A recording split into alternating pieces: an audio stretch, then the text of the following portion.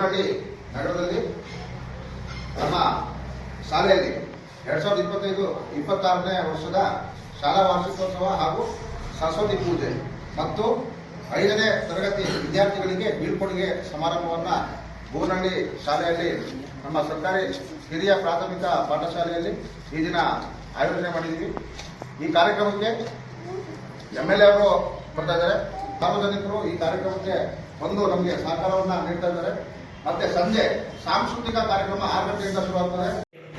ತಾಲೂಕು ಚನ್ನರಾಯಪಟ್ಟಣ ಇವತ್ತು ನಮ್ಮ ಶಾಲೆಯಲ್ಲಿ 2025-26ನೇ ಸಾಲಿನ ಸರಸ್ವತಿ ಪೂಜಾ ಕಾರ್ಯಕ್ರಮ ಹಾಗೂ ಶಾಲಾ ವಾರ್ಷಿಕೋತ್ಸವ ಕಾರ್ಯಕ್ರಮ ಹಮ್ಮಿಕೊಂಡಿದ್ವಿ.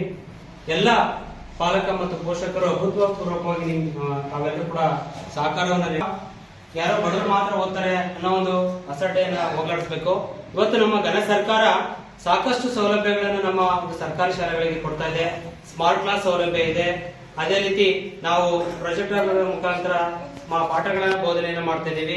ಇವತ್ತು 2025-26ನೇ ಸಾಲಿನಿಂದ ನಮ್ಮ ಶ್ರವಣಬೆಳಗೊಳ ಕ್ಷೇತ್ರದ MLA ಅವರಾದಂತಹ ಬಾಲಣ್ಣವರ ಒಂದು ಅಭಿಪ್ರಾಯದ ಮೇರೆಗೆ ಇವತ್ತು ನಮ್ಮ ಶಾಲೆಯಲ್ಲಿ LKG UKG ತರಗತಿಗಳನ್ನು ಪ್ರಾರಂಭ ಮಾಡಿದ್ದೀವಿ.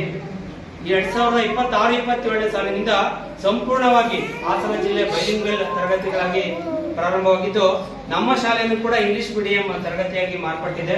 ಹಾಗಾಗಿ ಎಲ್ಲ ಪಾಲಕ ಪೋಷಕರಲ್ಲಿ ಸಾರ್ವಜನಿಕರಲ್ಲಿ ವಿನಂತಿ ಮಾಡ್ಕೊಳ್ಳೋದೇನಪ್ಪ ಅಂದ್ರೆ ಇವತ್ತು ನಮ್ಮ ಸರ್ಕಾರ ಉಚಿತವಾಗಿ ಪಠ್ಯ ಪುಸ್ತಕ, ಸಮವಸ್ತ್ರ, ಉಚಿತವಾಗಿ ಬಟ್ಟೆ ವಿತರಣೆ, ಬಾಳೆಹಣ್ಣು ವಿತರಣೆ ಇದೆಲ್ಲ ಕೊಡ್ತಿರೋದು ನಮ್ಮ ಮಕ್ಕಳು ಆರೋಗ್ಯವಾಗಿರ್ಬೇಕು, ಅದೇ ರೀತಿ ಉತ್ತಮ ಗುಣಮಟ್ಟದ ಶಿಕ್ಷಣವನ್ನು ಪಡಿಬೇಕು ಅಂತ.